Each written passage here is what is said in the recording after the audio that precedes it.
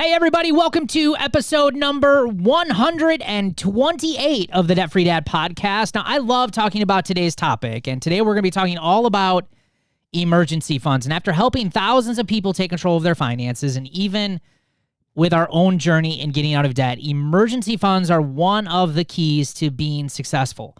Today, we're going to talk about why and also hopefully encourage you to start building your first emergency fund today. Stay tuned. Welcome to the Debt Free Dad podcast, where we're helping normal, everyday people learn how to save money and kick debt so they can live a happier and stress-free life.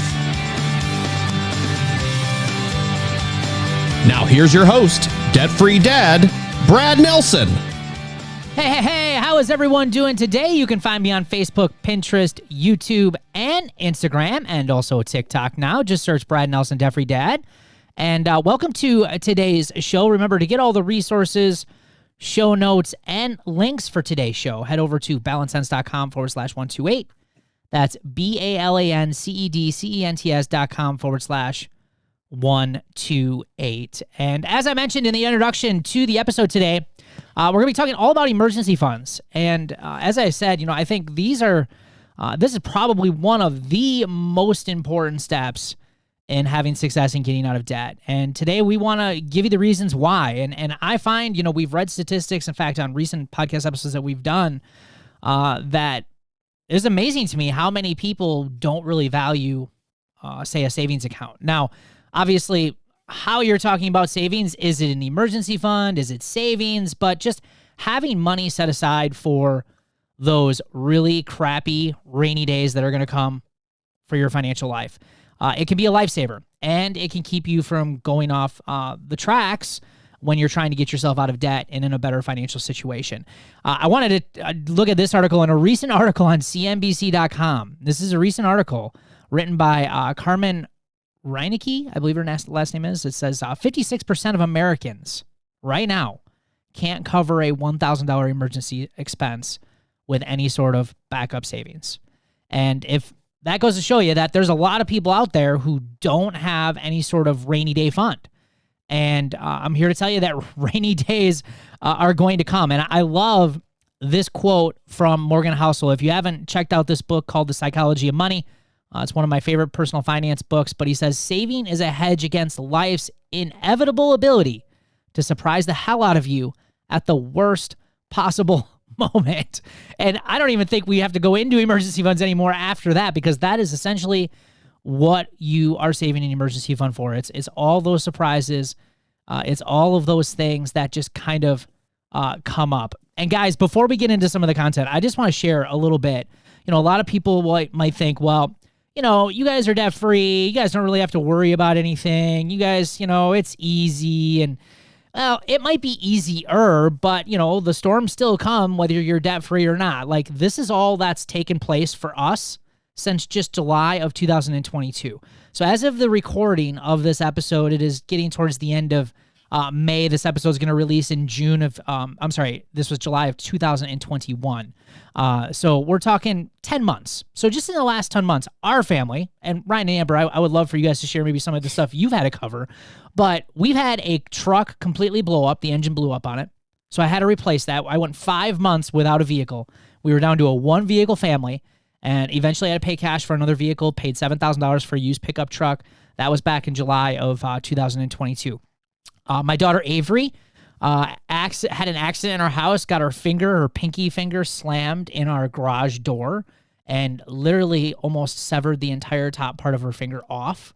And we had to take her to the emergency room that day. That was $4,000 in medical bills that came after that.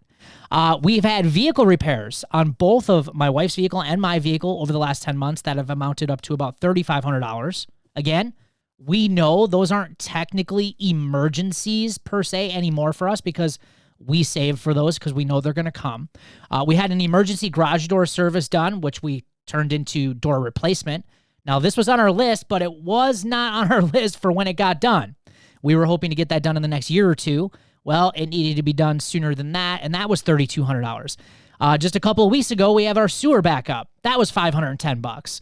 A couple months ago, you guys know this, we've been talking about it, had our whole HVAC system go out in our house. We had to replace that. That was $7,100. So even when you're debt free, like this stuff is still going to come up. And a lot of people might say, well, how in the heck did you handle all that without going into debt? Well, number one, outside of our mortgage, we don't have any debt and payments. So it's easy for us to, fluctuate our budget and to flex it based on what's going on. We can move things around. We can hold off on certain things that we were saving up for, and we can readjust our budget accordingly based on these unexpected expenses that are coming. In some cases, though, like for instance, our HVAC system, we didn't have the funds to be able to move around for something like that, so we had to rely on our emergency fund to cover some of those things. But this is just an example of things in my family over the last 10 months that we've had to deal with. Now, I'll be honest, this is not very common for our family. This past year, I feel like we've been getting kicked to the curb, right? It's just been nonstop. I'm tired. Okay, we're ready for a break. We've had enough, right? But on a normal year, you're still going to have things that are going to come up. And if you don't have any savings and all you have is debt and payments, well, guess what? The only place you're going to have to go is further into debt. So, Ryan and Amber, you guys have anything that came up recently over the last year that you've had to experience that you've had emergency funds for? Yeah, for us, I mean, we had similar. Our HVAC system, air conditioning and furnace, everything all went out. So that had to be replaced. And that was, I don't know, just before the heat started kicking in down here. So just a few months ago. I would say for us, we haven't had a ton. I mean, our kids we're kind of entering the stage where they're kind of getting on their own. But prior to that, I mean, years before when we, especially when the kids were younger, there's always something. Always. I mean, somebody, so like you said, somebody getting hurt, somebody, tripping and falling, somebody needing something unexpectedly for school or a field trip that just came up. There were always those like things that you tried to plan for, but they just came up, especially when we had younger kids that always kicked our butts. Yeah. For us with this house that we moved into, we thought for sure we had a year with the roof until we were sitting in this bedroom I'm sitting in tonight. And I was like, that looks wet. And so we had to do it last summer. So we thought we had to dip in. We had to dip into the emergency fund. And we've had recent car issues. Both vehicles at the same darn time broke down. So thankfully my husband's a mechanic and he's able to fix them without having to bring them to a shop. But yeah, we've had it and they come every little while. Like something comes up, something happens. Yep, exactly. And that's why, I think this is probably the area that I see most people skip the most is they skip and they say, okay, I want to get out of debt. And they just focus on paying off debt, which is fine on the surface. But if you haven't tracked the reasons, like we've talked about behavior and habits on why you're getting into debt, if you don't have a budget where you're cash flowing your monthly expenses and your income, and if you don't have an emergency fund set up, guess what? Your success level and actually paying off your debt is going to be minimal. Like you might make some early progress, but it's like we've all just pointed out, one of these things is going to show up on your doorstep. And if you don't have any money put away for it, the only place you have to go back into is debt. The other reason I forgot that $4,000 bill in January for my dog. Oh yeah, that's right. You guys, like as much as having the emergency fund, it was fabulous because it was there. My heart, like I would have went into debt, no problem. Now, is this the same dog? Is this the same dog? Because you started in 2016, and I remember you built your first emergency fund back then. Because where we're at now is, Ryan, Amber, and myself, we have large emergency funds. So we're talking 3 to 6 months, maybe more for some of us, right? 3 to 6 months worth of emergency fund expenses saved up. But when Amber first got started in 2016, she had to build like what we're talking about here on this episode is just get something started, get a small savings account set up to help you. Now you did that. And is this the same dog is this the same one? Yeah. Yeah. Clyde loves my emergency fund. So can you share what happened in 2016 real quick? Just when we were getting started, he decided, something fell out of our ceiling in the other house and we had a mouse problem for a while. So a long time ago, we tossed mouse poison up there and a ceiling tile fell and he got into it and he was my mom found it in his mouth. So she pulled it out. She goes, I don't know what he's eating. Anyways, it was that. So it was about $400 that time to go and get his stomach pumped and tests and stuff like that. Yeah. And here you guys but are this- just getting started, getting out of debt, but you built your first emergency fund, so you didn't have to go into debt to fix that problem. And that right there out of the gate is what's keeping you out of debt when you first get started. And the other thing that I love about building the first emergency fund and having it be a win for so many people, again, you got 56% of people, 56%. And I've seen this number even upwards of mid 60s, upper 60%, depending on the study. But how awesome is it for some of these people? That's the most amount of money that they've ever had. You know, like when you're talking about building a small emergency fund of say $1,000 to $3,000, maybe a little bit more, for most people who have struggled with finances their whole life, living paycheck to paycheck, I know it was for me. Like I got close to that $2,000 mark. That's the most amount of money I ever had when I was getting out of debt. I had never had any money for savings. I maybe had a couple $100 here or there, but nothing substantial, right? And so for a lot of us, when you get that first emergency fund built, like what a motivation booster that now not only are you going to have a plan to pay off debt, but you've got this little insurance policy behind you that if something comes up, like Ryan said, you've got, you know, small expenses that come up, pop tires, right? Flat tires. You've got field trip expenses for your kids, or we just had that happen. Noah came up to us just earlier this week. He said, oh, by the way, guys, I've got a field trip coming up. I need $15 for the field trip and I need another $15 or $20 for lunch. And I was like, wait a minute, where the heck are you going for lunch? I was like, who needs $15-20 for lunch, right? But anyway, so these things just kind of come up. So having that emergency fund is going to be a game changer as you're first getting started. The other thing too is that for a lot of us, you know, you look at financial stress, and since they have been doing surveys of financial stress right now as we're recording this, and the most recent studies that I've seen on it, it is at an all-time high with inflation the way it is, with prices the way that they are. Right now, financial stress for most people is at the highest level it's ever been. So having an emergency fund savings, man, just knowing that you've got money set aside, that right there is going to bring a lot of peace of mind to your finances. Ryan, you just shared not that long ago, a couple weeks ago, actually, in our podcast chat that we chat back and forth. Like, I think you had mentioned you missed pay or payroll got messed up and you didn't get paid. Like, can you talk a little bit about that and how nice it is just to have money put aside just for stuff like that? Yeah, so our bank did some sort of system upgrade, and I mean they'd been telling us for a couple of weeks that they were going to do it over the weekend, and so over this weekend, banking wasn't going to be available. Fine. So Monday came, everything was working, and everything was fine. Usually we have direct deposit for our payroll, so usually by Wednesday of that week that we get paid, we usually see it go into the bank, and it wasn't in there. So we're like, oh, that's weird. So Thursday came, it still wasn't in there, and we're like, we'll wait till Friday. They did a system upgrade. It's probably nothing. Well, Friday morning hit, our paychecks weren't in the bank. And so obviously nobody likes to not get paid. So it's not like we weren't upset, but it's just like, oh, well, we'll call and figure out what's going on. It's not a big deal. 100%. A number of years ago, it would have been a huge deal because we probably had bills pending that morning to come out because we only had, $50 left in our checking account. But just knowing that you have that backup, you have that emergency fund, it's just, it's not that we didn't care. It's just, there's no stress to it. It's like, we'll call the bank, we'll figure it out. By the afternoon, it was all fixed, but there was no panic. Yeah. Yeah. And that's where I'm referring to, is that the immediate stress reduction that you're going to have in your life because you have some backup funds there is going to be life-changing for you. We see this all the time in Roots. We see it all the time with the people that we help, that when they get that first one built, it is such a great accomplishment for them. The other thing, too, is like when you have an emergency fund, you get super protective over it because for a lot of us, it takes a lot of work to get that first one built. Especially if you're living paycheck to paycheck, you're putting in a lot of effort to get that first $1,000 to $3,000 put together. And what we tend to see, and what I tend to see, helping so many people, and even in my own life, is that we get super protective over it because we know how much hard work it took to actually build it. So when people actually have an emergency come up where they could use their emergency fund, a lot of people tend to rely on their budget.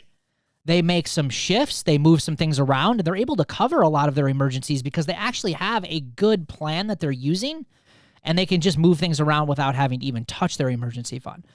Perfect example, like I mentioned, we had our garage door fixed, right? $3,200.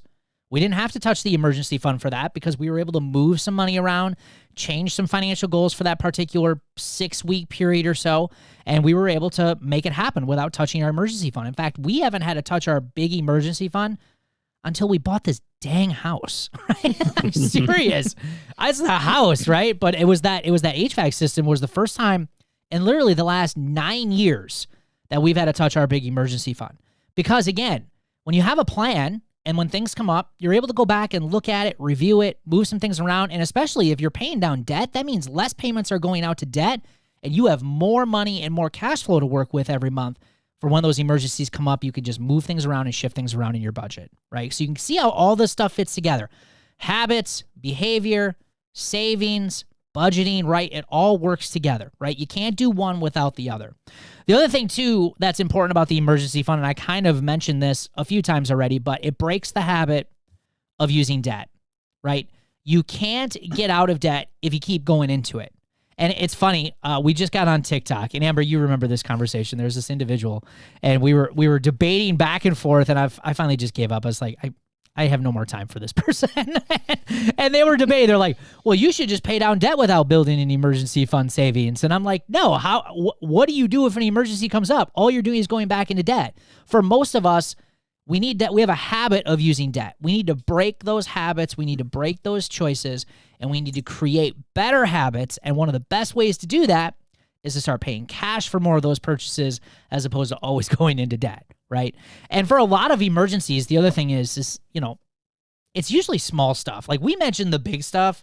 Like I feel like we've had some really big stuff over the last 10 months, but it's when I was getting out of debt, it was usually the small stuff. It was like like I mentioned, the blown tire. It was, an insurance premium that had to get paid, or it's usually just the small things that were coming up. And if you don't have that, a lot of times you're going into debt for what we call is death by 1,000 cuts. It's not like this big thing happened and landed on your lap. It's a lot of little things that have added up over the years that have added up the mountain of debt that you're facing now. And I think too, this is an area, kind of going back to your first point. I think this is for us, we did not build an emergency savings when we first started. It's kind of one of those things where like, I don't need to do that.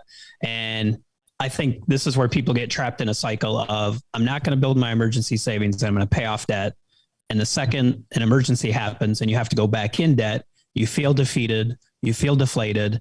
This doesn't work. I told you it wouldn't work. And then you just end up going, you kind of have that moment of like, right now I'm exercising, eating healthier, the moment of like, I'm going to eat a whole pizza today.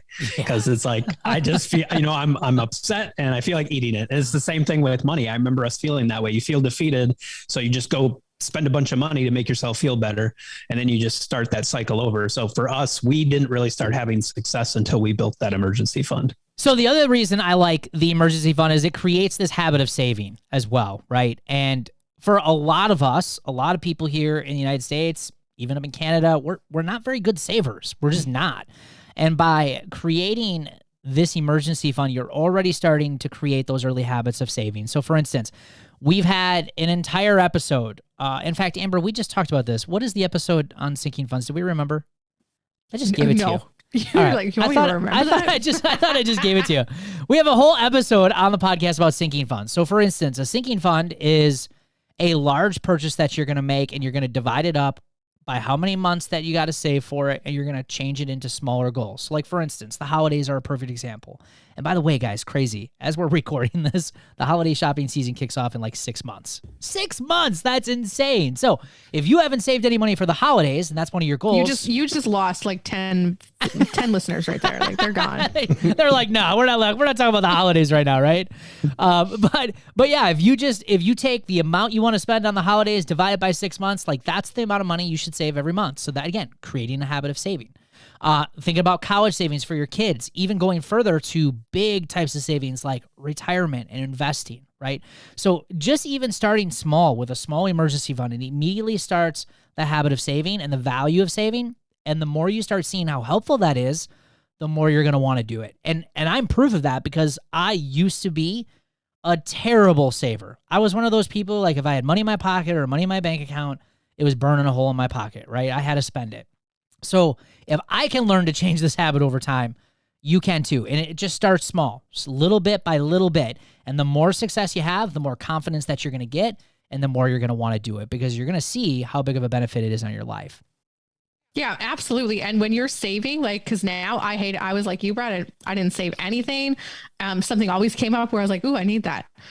But now that we're saving for retirement, and then we had to dip into our emergency fund in January, like $4,000, that was a big chunk. We're like, we got to build that back up really fast. So for the next one, cause if something else is around the corner, it's coming. Right. And not putting as much into my retirement because I was building back up my emergency fund hurt me so bad. I was like, why does this hurt so bad? 5 years ago, I wouldn't have cared. Right.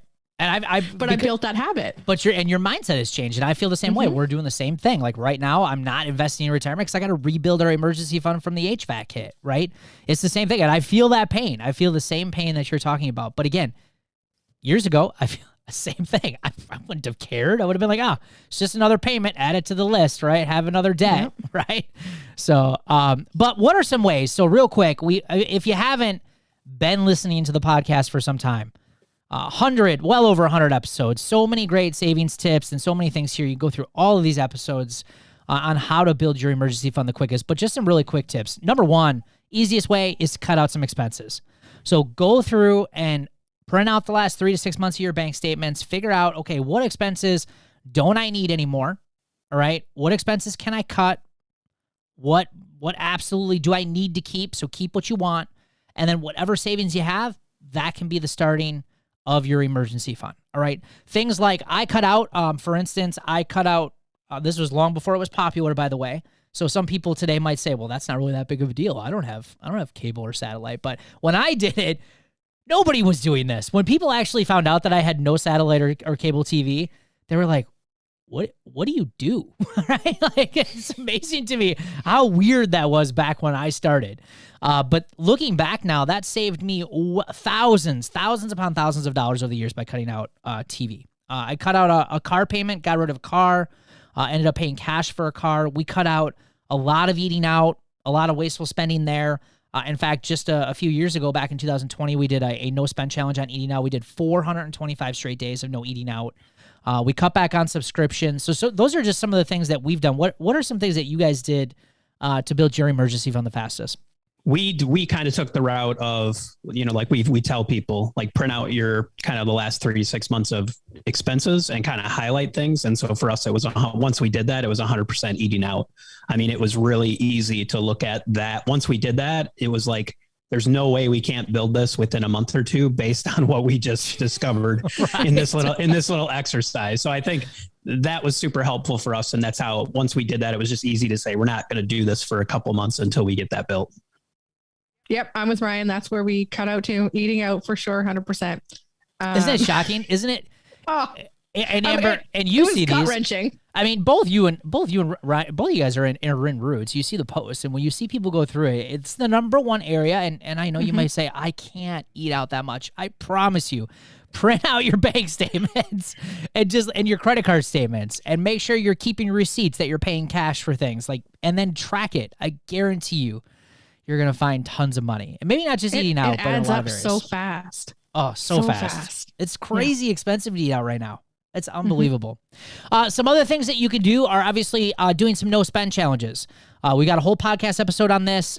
No-spend challenges are a great way. So, find a category. Find something that you're willing to sacrifice for a little while. It doesn't have to be forever, but just for a little while.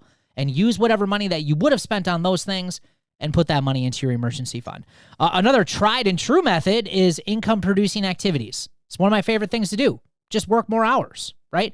And again, we're not telling you to work more hours or work 2 to 3 jobs for the rest of your life, or you got to do this forever. It's just temporarily. Like, what can you do temporarily? What temporary sacrifices can you do and to get these long-term gains that you're looking for, right? So maybe it's, picking up a side hustle. It doesn't have to necessarily be working at a job. You could start your own little small business offering services, cutting grass, so many things that you can do to make a little bit of money to get this stuff going. Well, you can definitely sell things. Like if you, especially in the spring, and now is the time to have yard sales. What do you guys call them? Your rummage sales? I've never heard that before until I started talking to you. It's just a yard sale. This is another one. Sale here this is another one. Amber and I go back to forth all the time because I'm always like, in Canada, do you guys say it like this, or do you guys have this? And she always thinks I'm crazy for asking that. But then right before we were recording this episode, we're talking about words that they say that I was like, I have no idea what you're talking about, right? So it's like, I don't think that's fair, Amber. All right. Well, we'll keep this going. It's okay. But that's a great way. Go through your house, find things. You'll sell. You'll be able to find things to sell and build that emergency fund real quick. Yep, totally agree. But this episode is all about encouraging you to get started with that first emergency fund. It will make a huge difference in helping you get out of debt, reducing financial stress, and I guarantee you will absolutely be very happy that you did the work to build one. Hey, if you love planners, this is for you. But do you know why planners frustrate me? Because they only really get it half right. Now, sure, they're really good and fancy about helping you manage your time, which is really important, obviously. That's what a planner's for. But where they get it wrong is money, the second most valuable resource in our lives.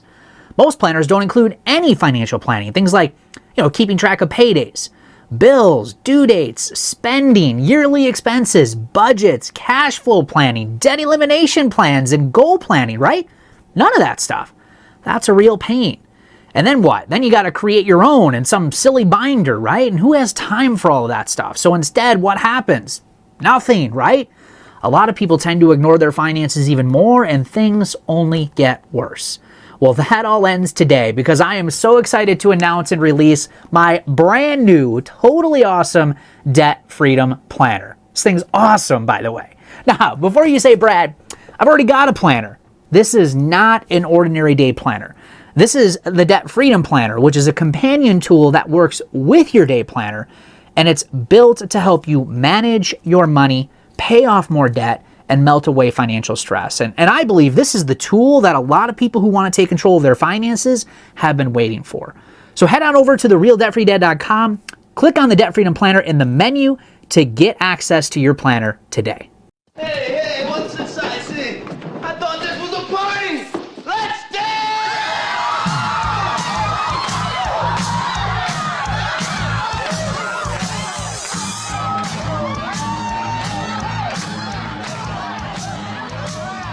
All right. That sound means it's time for the celebrations of the show. And to kick off our celebrations, we're going to be talking all about money-saving tips. How about that? You want to build your first emergency fund? Here are some tips and some ideas that some of our Roots members are using. Michelle Paluzzi with Amazon, do not have any cards stored on the site. Makes it too easy to make the purchases, especially when it is an impulse purchase. Michelle, that is great advice. And practicing that 24-hour rule we always talk about. I love that. Jennifer Cormier, I'm now buying my coffee gift card for my morning coffee so I don't overspend. That is awesome. That's a great way.